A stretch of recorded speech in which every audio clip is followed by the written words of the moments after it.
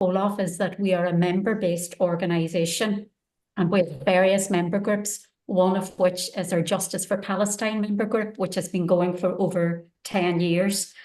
And for us in COLOF, we're horrified at what we've been witnessing these past 9 months in Gaza, but we acknowledge that what we are seeing now is simply reflective of what has been happening to people of Palestine over these past 76 years under the brutal system of occupation, apartheid, ethnic cleansing, and genocide.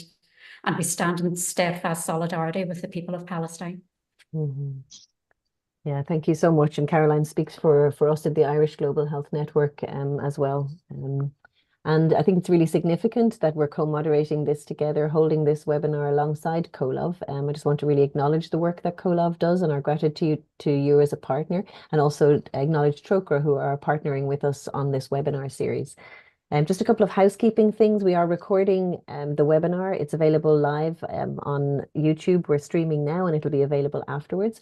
And we just encourage you to be as active and as engaged as you can. So just, just looking at the like, as Caroline was already starting to speak, we're focusing on the health implications as much as we can, and the health implications of this ongoing system of oppression and current plausible genocide in Palestine are immeasurable. Earlier this year, I had the pleasure of recording a podcast with Dr. Mike Ryan from the World Health Organization, and in his words, what we're witnessing on the ground today in Gaza is the systematic degradation of the structural health system.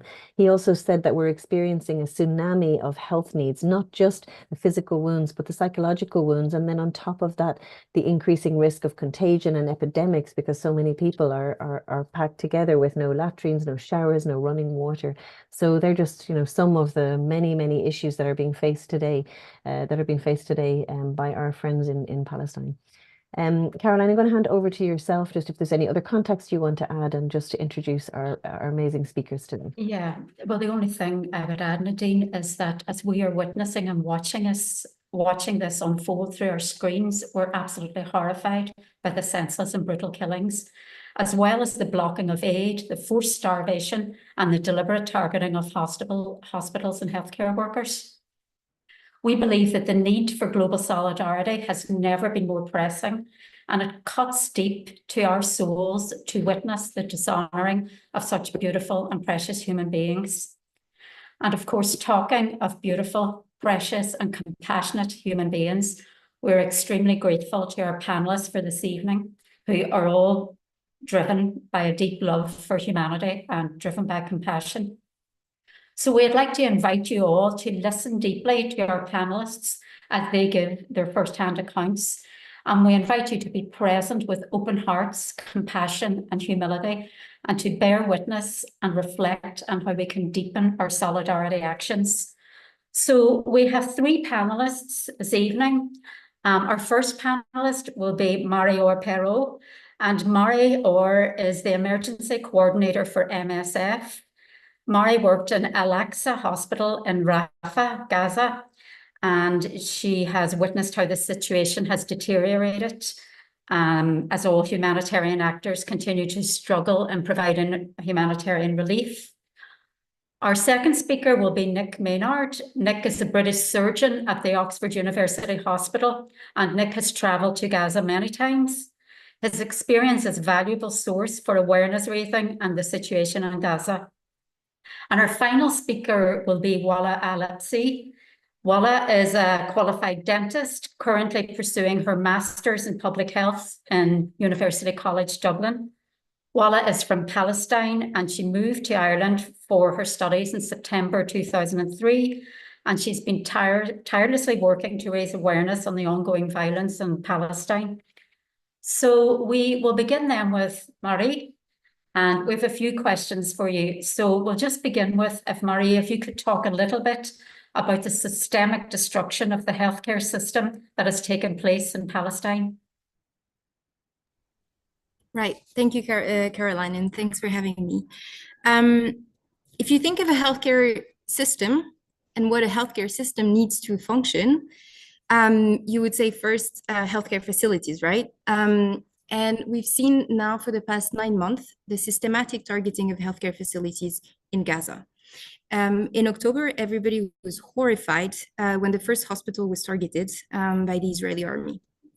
And now, including as MSF, we're planning operations thinking which hospital might be targeted last. This is something that I've never seen anywhere else in any other crisis that I've personally worked in with MSF. This is really quite unique. I myself went to Gaza twice since the beginning of the war.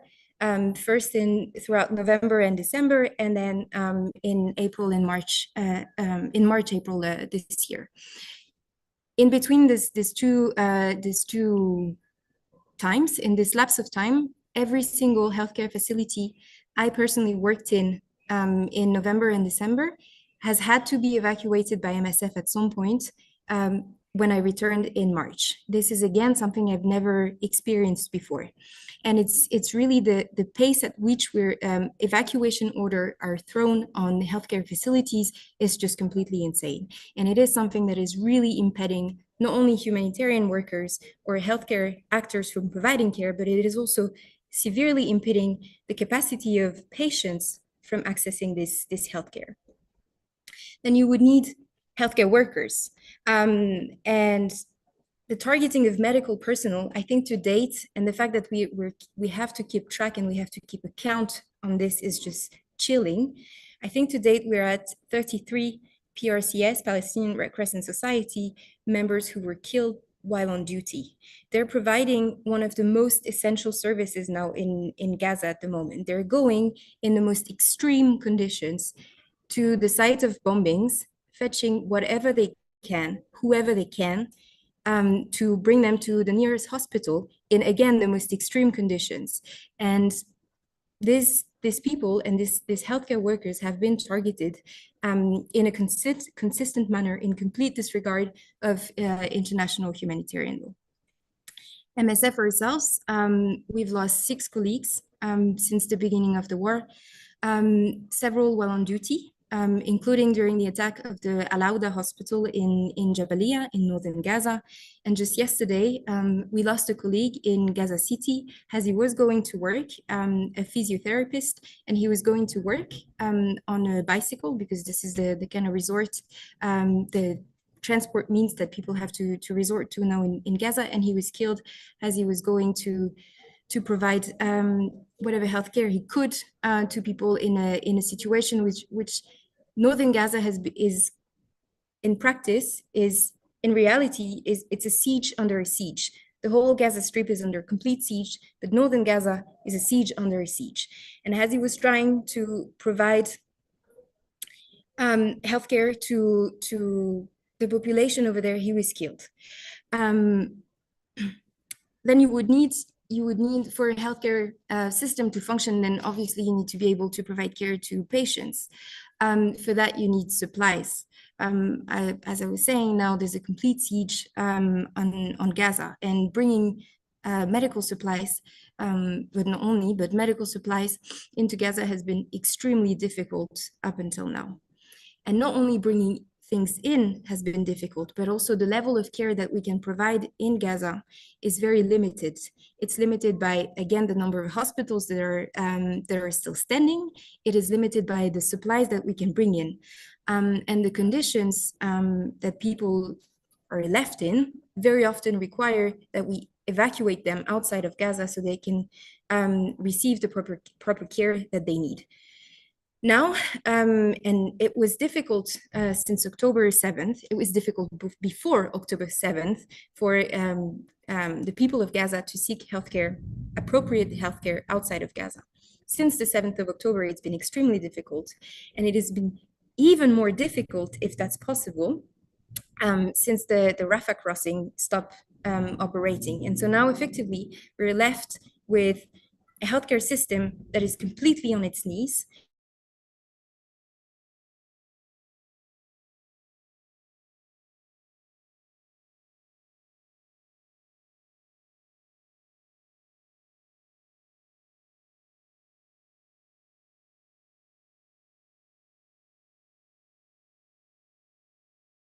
Capacity to bring any meaningful humanitarian support to the people of Gaza. Thank you for that, Marie. And it's actually, it's horrific listening to your account, and sincerest condolences and all your colleagues, because I'm sure that's not easy. I mean, and listening to you there, you're describing the explicit attacks, but I'm wondering, can you tell us a bit more about silent killings, what that actually means and what that entails? Then again, if we think of what a healthcare system is supposed to be providing, a healthcare system is supposed to be providing, of course, for trauma patients and for emergency cases, but it is also supposed to provide for chronic patients. It is supposed to provide for pregnant women, for newborns, for people presenting themselves with other kind of disease and conditions. When I first got into Gaza in November, we started supporting what used to be the biggest health center in Khan Yunis, and at the time already Khan Yunis was quite heavily affected by bombings. And so a lot of people had moved. There was already an insanely high number of people displaced from the north of Gaza who had moved to Khan Yunis. And so the biggest health center in Khan Yunis, which had already multiplied by 5-10 the number of outpatient consultations that they were doing every day, was really struggling to keep up with those numbers. And so we tried to provide support. And that was towards mid-November. And then, as you know, at the end of November, there was a 6-day pause, which what was cynically called a pause in the fighting until on the 1st of December, when the fighting resumed and very much moved to the south. At that point, we were ordered, the health center was ordered to evacuate because it fell into a zone that was ordered to evacuate. At that time per week, we were seeing MSF only, and we're not the only provider in that health center. We were seeing about 600 outpatient consultations per day. Those consultations were mostly about skin disease, diarrhea, respiratory tract infections. A lot of pregnant women were also obviously coming to the health center. A lot of people were coming for dressings, not only trauma-related dressings, but we were also seeing burns from domestic incidents because people were living in unsafe and overcrowded shelters. And about half of the patients that we were seeing were children under the age of 5. Now, when that health center was ordered to evacuate, we were no longer able to provide care, and no care was provided in that health center. That those same people who were already in conditions and already suffering from, again, diarrhea, respiratory tract infections, skin disease, who needed dressings, pregnant women who needed follow-up, were again back on the road, God knows where, because there are not many roads in the end because Gaza is really extremely small. We're again thrown on the road, and again cut from any access to healthcare. And this is what we've been calling the silent killings. It's all of this. There's, for a number of extremely valid reasons, there's a lot of light that is shed on the trauma cases, but it's not. I mean, with the war, pregnant women were not all of a sudden not pregnant anymore. Newborns did not need vaccines anymore. And the living conditions, which really are not living conditions, those tents that are in this so-called humanitarian zone, and there again, it's not because you call it a humanitarian zone that it is a humanitarian zone. A beach without access to any sort of infrastructure is not a safe zone, and it is not a zone that can provide any services, and it is a place where people actually are sicker than before, and they have less access to healthcare than before. And so this is what we've been calling the silent killings. It's those thousands, those millions of people who just simply do not have access to healthcare anymore. And it is very it's very tricky cases. It's chronic patients, but it is also, and when I'm talking about that health center, obviously I'm thinking of 2 patients in particular. I'm thinking of a 7-year-old who came because she needed dressings because she had blisters all over her feet because she came walking from the north of Gaza, and so she was in a lot of pain.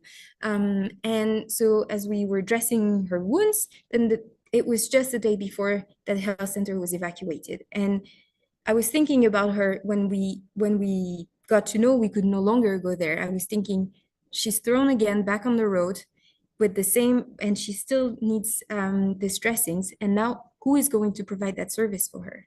I'm also thinking of, and this was the first time we heard it, in that health center, we're providing mental health support. And so I'm thinking of a 5-year-old, and this was the first time, who told one of her psychologists that he would rather die than continue living under those conditions. What kind of support that kid is being given now? What kind of, I mean, this is the medical support that we're able to provide, but those children have lost any kind of support network around them. Do they still have their parents? In a lot of cases, they don't. And so these children just no longer have access to anything at the moment. Thanks again for that, Marie. And I'm just so struck because to be a humanitarian under those circumstances is like an act of resistance in itself, because you're there trying to preserve life against a system that's there to destroy life.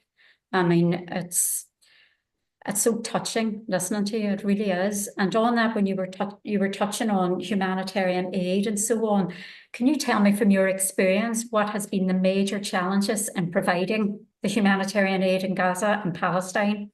And if there's a way to overcome this, or perhaps maybe what MSF are doing to overcome and in this situation?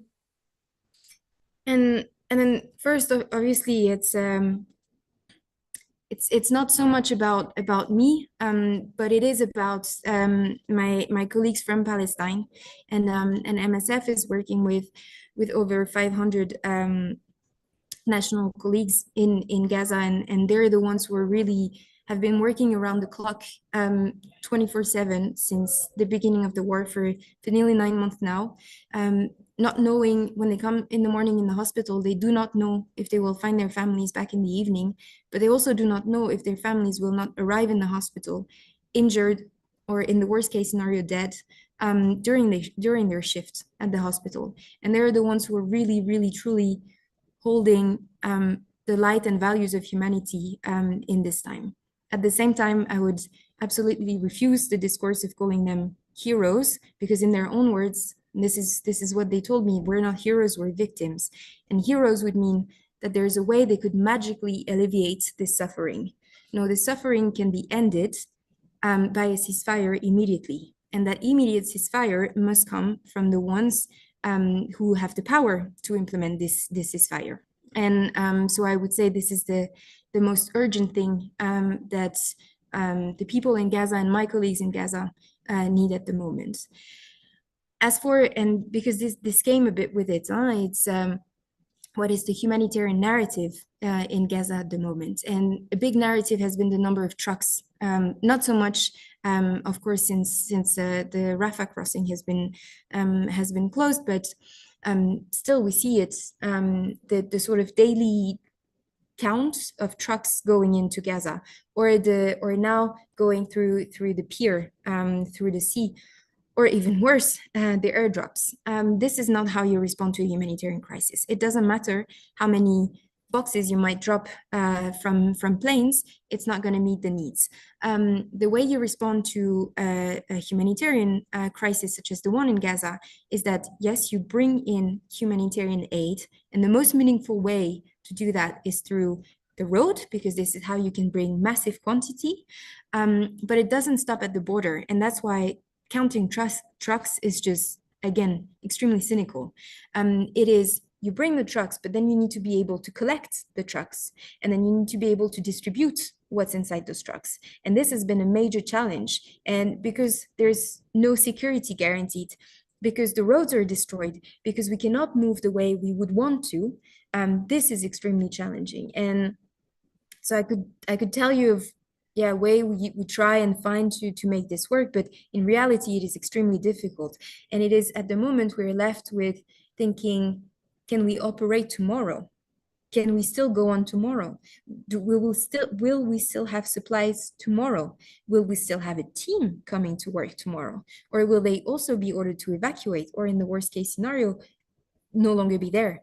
And so it is really a day-by-day planning, which is, it's not uncommon in emergencies, in humanitarian emergencies. But now this has been going on for 9 months, and we still cannot, again, bring any meaningful humanitarian support to the people of Gaza.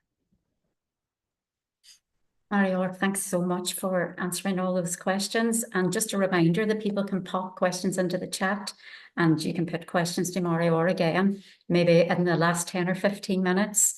Thank you for that, Marie-Laure. So now we're going to have a few questions for Nick. And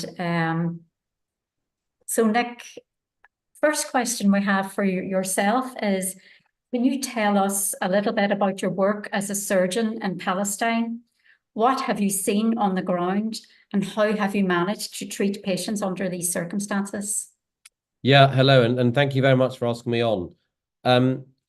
I'll talk mainly about my role as a surgeon since October the 7th, but I have been going to Palestine to Gaza since 2010, and in recent years I've been working with medical aid for Palestinians to help develop their cancer surgical services and carrying out and teaching particularly gastric and esophageal cancer surgery. So I've been doing that for a while, and it's always challenging working in Gaza. The healthcare service is always challenged by lack of resources. But of course, since October the 7th, it's been in a completely different league. So since October the 7th, the last thing they've needed, in all honesty, is people doing specialist cancer surgery. So I've been out there for 2 weeks over Christmas and New Year, and 2 weeks more recently in April and May, helping with trauma surgery in Al-Aqsa Hospital. And the challenges which we'd always recognized from what I call normal Gaza, it's not normal by anyone else's standards, but the Gaza that everyone who's been there is used to, were just extreme, the challenges. We had to work with often very limited resources in theatres. So, for example, some days we had no running water, so we couldn't scrub up properly. Some days we often ran out of surgical gloves, so you had to clean gloves between operations, or we had no sterile, the last time I was there, we had no sterile drapes for theatres the whole 2 weeks. And so the actual process of operating with very limited instrumentation, often very limited suture materials and things, you have to adapt and cope, but they're very challenging circumstances. But I would say the most difficult thing about dealing with these awful, tragic trauma cases was the sheer volume at times that came in, particularly in my first spell there over December and January, when there was a huge volume of trauma patients coming into Al-Aqsa Hospital, often dozens at a time. And in the emergency room at Al-Aqsa Hospital is not a big hospital. It normally caters for about 180 patients, and is not a trauma centre. And most of the time it's had nearly 800 patients since I've been there. And when a large volume of trauma patients gets admitted to the emergency room at Al-Aqsa Hospital, there aren't enough staff to cope. Everyone works heroically to deal with everything, but it becomes so busy that effectively the triage process doesn't work, because there are so many patients coming in. And I had many times when I was in the emergency room there, and there'd literally be dozens of patients suddenly coming in all at once. Perhaps only 1 or 2 local Gazan doctors and 2 or 3 doctors from NGOs helping out. And it overwhelmed the whole triage process. So it becomes very difficult to really identify those that need to make sure you're identifying everyone who needs to go to theatre as a real emergency for life-saving surgery. And that very sadly inevitably means that there will be patients who die who might otherwise have survived if they'd been in an environment where there are more resources to deal with them. And that, of course, is incredibly distressing for everyone involved, knowing that there are patients, and these are often very young people, often children, who have potentially salvageable injuries, but who may not be surviving. So it's an extremely challenging environment to work in, and the lack of resources and the lack of aid getting in there, as we heard from the last speaker, makes it incredibly difficult for the staff there. And of course, for people like us who go out there for a few weeks at a time, it's very, very challenging. But of course, the healthcare workers who've been there working every single day, often at night since October the 7th, are just quite remarkable. And some people I've known very well, some of them for many years, some of them who've come down from Shifa Hospital when Shifa was destroyed, and they've been doing this for 8 months. And I cannot begin to understand how they're managing to cope with it. So, Nick, under these circumstances, is it possible to see routine surgical patients? Like, how has it impacted them and their access to care? So in my most recent trip, the answer is we were able to do some of that. Over Christmas and New Year, when there was a huge amount of trauma, absolutely, there's no way of dealing with any of those patients. We dealt with 1 or 2 emergencies. So, for example, if someone came in with a complete bowel obstruction from a cancer, then we clearly would operate on those patients. But the only ones we could operate on were real emergencies. And even those had to be prioritized, and compared to some of the major trauma. So even those patients had to wait a considerable amount of time.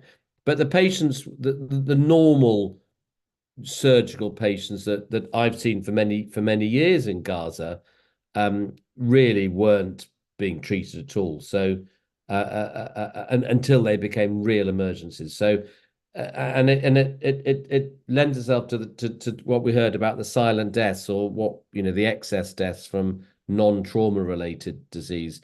The amount of people who aren't being treated for all these other conditions, particularly cancer. I mean, I'm a cancer surgeon, and I've been involved for many years in trying to help develop the cancer services, and they had made such fantastic strides forward in the organization of the cancer services. To see it all destroyed now is just one of the many tragedies we see unfolding here. So I think the silent deaths, the excess deaths due to these untreated other diseases other than trauma are going to get really bad. In my most recent trip, we did see a bit more. We were able to treat some of those patients who didn't have trauma. So people with pancreatitis and gallstones, people with really painful hernias, people with bowel-related problems, we were able to. But even those, they're still challenging to get in because of the lack of capacity there. And even though we didn't see as much trauma in our most recent trip, and I've talked about this quite a lot, what we did see were the really devastating complications of malnutrition in many of these patients, and patients many of whom have had surgery for their war injuries already, for their bomb blasts or their gunshot wounds, then develop the most devastating infectious complications, wound breakdowns, anastomosis breakdowns, intestinal fistulas developing, all as a result of malnutrition. So that actually that took up most of our time in the operating the last time we were there. Thank you, Nick. As we're watching on, we are witnessing that direct targeting of hospitals and systematic and deliberate dismantling of the healthcare system. Now, you've touched upon this, but maybe could you tell us a bit more about how the impact of that on your work, and how you would approach that issue of accessibility and availability of medical supplies. Yeah, I mean, I think that there's no doubt in my mind. I know this is not a political program, I know, but there's no doubt that there is a very, very deliberate targeting of healthcare facilities and healthcare workers, and a deliberate dismantling of the whole infrastructure of the healthcare system. So, if we talk about Shifa Hospital as an example, and the same will apply to Nasser Medical Complex in Khan Yunis. Shifa, where I've worked on many occasions for many years, they didn't just bomb it. They went in there and they systematically destroyed all the CT scanners and the MRI scanners. They systematically destroyed the laboratories where all the blood tests are done, where all the pathology specimens were examined. They systematically just destroyed all the oxygen cylinders there. They systematically destroyed the whole fuel department there, the solar panels. I mean, they've dismantled the whole hospital system at Shifa. They've done the same at Nasser. And I think this is a very, very deliberate attempt to make it uninhabitable. We know that the minute there is not a functioning hospital, well, we know when there is a functioning hospital, the displaced refugees will all go there as a sanctuary. And that's why when you go to these hospitals, you see many, many thousands of people there. At Shifa, at one point, there were 70,000 people living in or immediately around Shifa. At Al-Aqsa, when we were there were probably 20,000 people in the immediate environment and in the hospital grounds. And they see hospitals as a sanctuary because they know they will get medical care there. The minute the hospital is destroyed, the local population leaves and they will move and they'll be displaced yet further to another hospital sanctuary. So I think this is a deliberate as part of their deliberate attempt to make the land uninhabitable. And part of that, of course, is also the targeting of healthcare workers. They've deliberately targeted some of the very senior healthcare workers of these hospitals in order to destroy the healthcare system. And many of them have been executed. And I don't use that word lightly, but they have been executed. Their bodies of people I know have been found with their hands handcuffed behind their back, with bullet wounds in their head. There have been many healthcare workers who have been abducted and tortured. And I've met some of them, who've been tortured for 50, 60 days at a time. So again, this is a deliberate attempt to undermine the whole healthcare infrastructure to make the country uninhabitable. Yes, I sometimes think, Nick, that the whole system is sick, and it's sick to the core, and it's that settler colonial system that needs to change, basically, which sometimes I think it's difficult to ask this question under these circumstances. But I know you've been in Palestine over a longer period. So have you any insight at all into the mental health and the mental impact on the people of Palestine within this system? I mean, I guess I do. I mean, I only really by talking to so many friends and people I'd call family over there. There are many, many things I love about Gaza and the people, but way at the top of the list is the people of Gaza, who I've got to know very, very well. As I say, some of them I consider family. And I think they are a unique people. I think they are a beautiful people, but they're profoundly resilient, resourceful, and hopeful. And I'm not sure I quite understand it, but for all those years I've met them, they've never given up hope. They've always been determined. So we will never be beaten. This is our home, and we will never be driven out. And that's why I think the Israeli army is destroying the infrastructure, not just of the healthcare system, but they've done the same to the whole education system, the universities, the schools. They've done the same to all the mosques. They've done the same to the whole agricultural system, the fishing industry there. They've tried to destroy the whole infrastructure of every single part of their lives there. And there are still remarkable people there who are determined to stay and not give up. But a lot of them have very tragically said to me that they've been broken. They do not see a way back, and many of them are now trying to leave. So the psychological mental health impact is utterly unfathomable. I remember going into Gaza in 2015, just after the 2014 war, the Operation Protective Edge, when just over 2,000 Gazans were killed in that military assault. And they estimated there were 450,000 children after that brief 50-day assault, I think it was.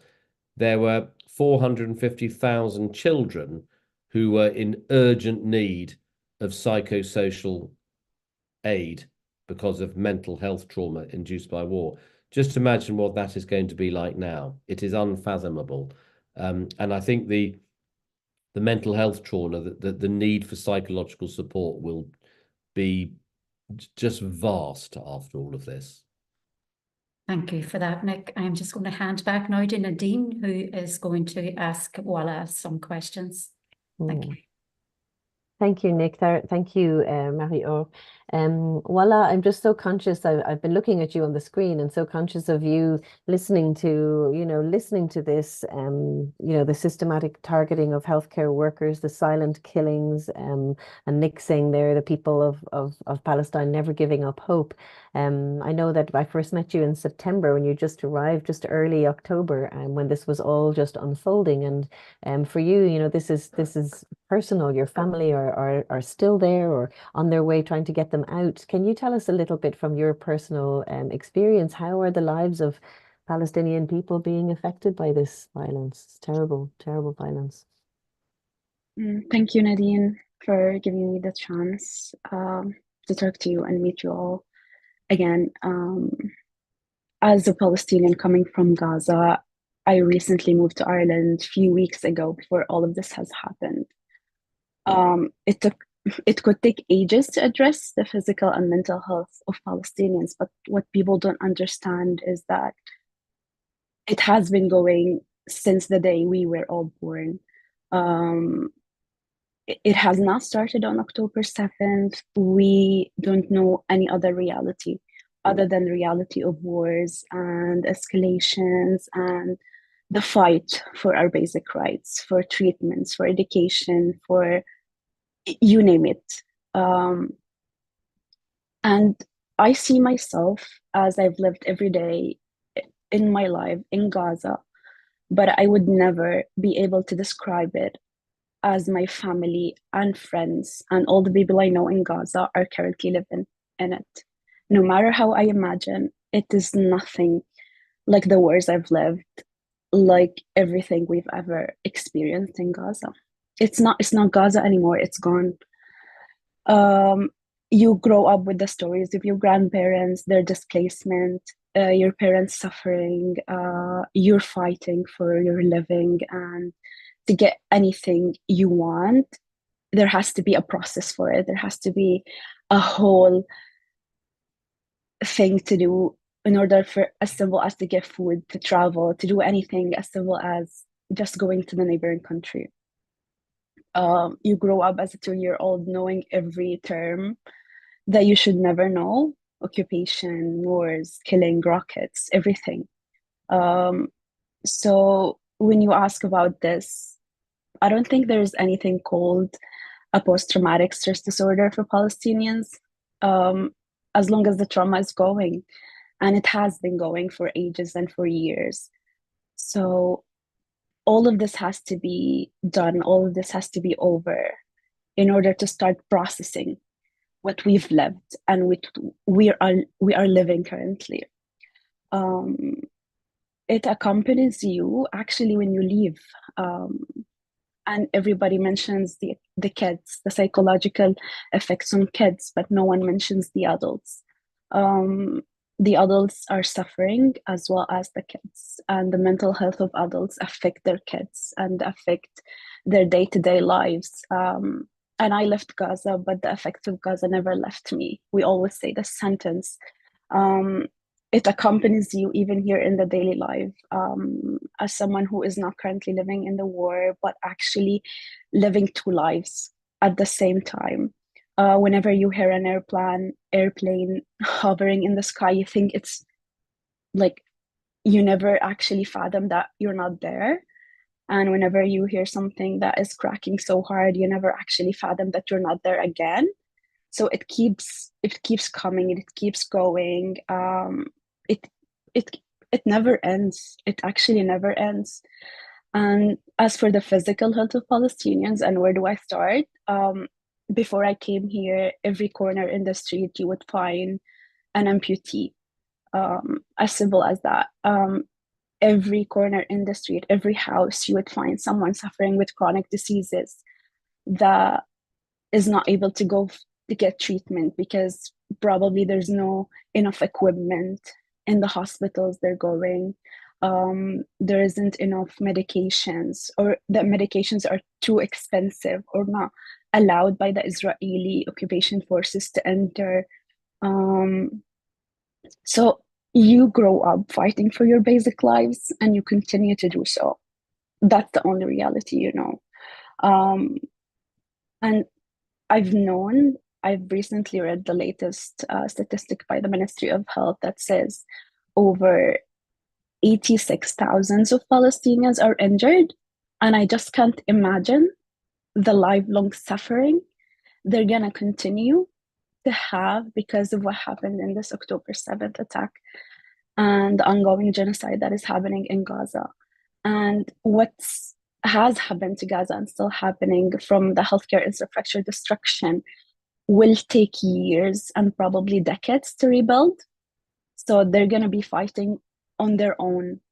Some of them will be able to get treatment with the medical missions coming in. Some of them would be able to travel abroad, but no matter how many, or like it would only be a fraction of the needed medical aid to enter Gaza and for the physical and mental health to be restored. So it's the worst situation that could ever happen to anyone. And those who will need assistance forever are in my thoughts. As you are in our thoughts, all of us listening here are just deeply, deeply moved and affected by everything you're sharing with us, Walla, and absolutely here in solidarity with you. I know from conversations, you know, just from being connected to you, that your own family, you've been hopefully quite successful in supporting your own family to try and come out of Gaza. Can you say a little bit about that, how it was for them and how things are there for your family?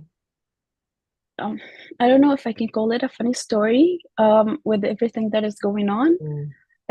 It's cynical that I have received a lot of support from the Irish communities in raising funds for their evacuation. As you know, the genocide and war has been going for 7 months, and you could say that every Gazan family have lost their savings in those 7 months because of the expensive and the extravagant costs of things that is entering, if it's entering. That's another side of the story that, of course, it's not addressed as well. So, and to get out of Gaza, you need to pay a horrendous amount of money for every single adult and every single kid. And the minute we raised the funds, the needed funds for the family to get out, they invaded the Rafah border.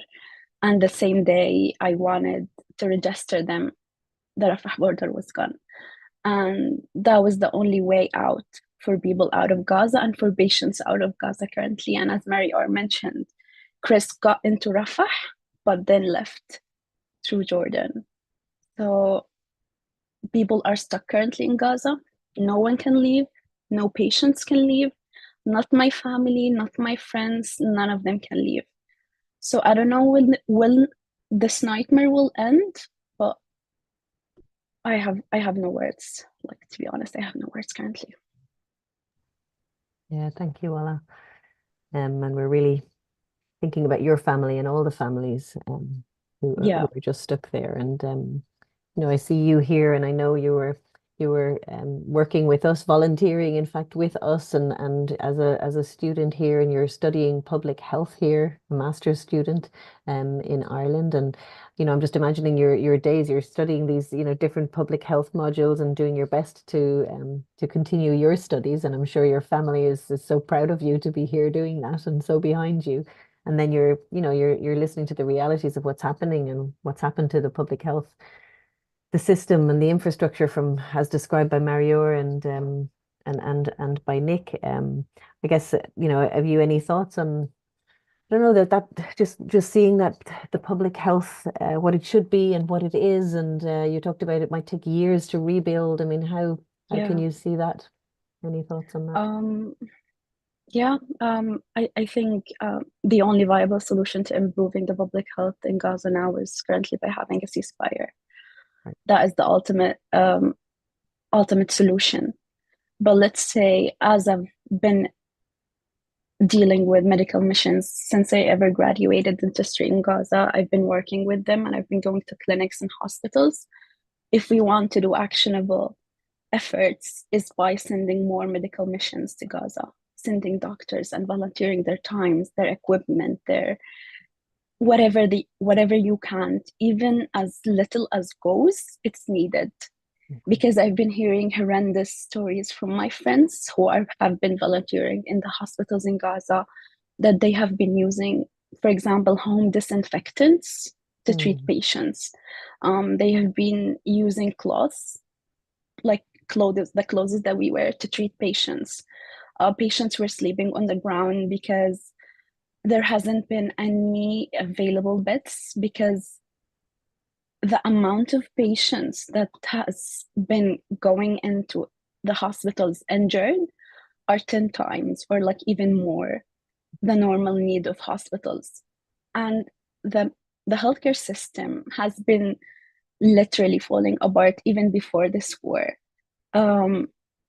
It's insane, and this has just completed the destruction of it, as Nick and Marior said, of course.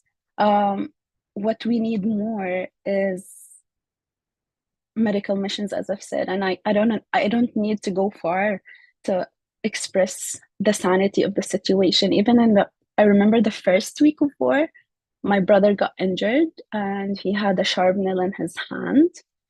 And it's only the first week of war, so you can imagine the insanity. And I can't imagine to compare it now. My brother had a sharp nail in his hand and he had to operate. But when he went to the hospital, the only thing they could do is wash it with saline and put gauze on it. And they discharged him with the sharp nail in his hand, with the pain and with the swelling, and told him to come few weeks later. It's insane, and no one to blame. The medical staff, I truly believe they're overworked and underpaid, and they're being, I don't want to say heroes, I'll say victims, as you've said, Marior, because they're working 24/7 in a situation that not a human being would operate in normally. They're risking their lives. What I want from us as public health specialists and public health advocates, it's just to keep saying, keep talking, keep saying the numbers, keep saying the human rights violation that's happening, and just to plan for the future, advocate for an immediate ceasefire, advocate for the reconstructions of the healthcare system in Gaza. And you don't know how much it would cost, nothing, just to support the medical staff there. Just the words of appreciation. They need it and they appreciate it. And as a student here, and I'm about to finish my degree, they're actually the ones that keep me going. Yeah, they're actually the ones that keep me going when I feel down, because I see how they operate on the ground and it just fascinates me. Well, Walla, we see how you operate on the ground, and you know, it's just incredible that you're able to share as you are, and do what you're doing, and just continue on, and even in here in this moment, just speak so clearly and articulately and passionately, and making sure that all of us feel, not only understand those the numbers that you're talking about, but really feel what you're little tiny part of what's happening. And Mariora, I'm just saying, speaking to, perhaps just responding to what you're hearing from Wala, and that's not an easy ask. But even if you just have any short reflections, and Nick, I'll come to you as we come towards the end. I notice there's no questions in the chat, and I'm finding it hard for questions myself, moderating, as there's just I think there's a silence in terms of just being able to integrate and process this. Mary, or any reflection? Yes, because we talked a bit about mental health, and obviously, while I mentioned the future, and actually her and I already exchanged on the future and the hopes we have for the healthcare system and the people of Gaza, but it's horrific now. I mean, it's not because English is not my mother tongue, because even in my native language, I'm really short of words to describe the horrific condition that people are living in inside Gaza now. But there is now and there's the future, and it's very difficult for me to see what the future will be like.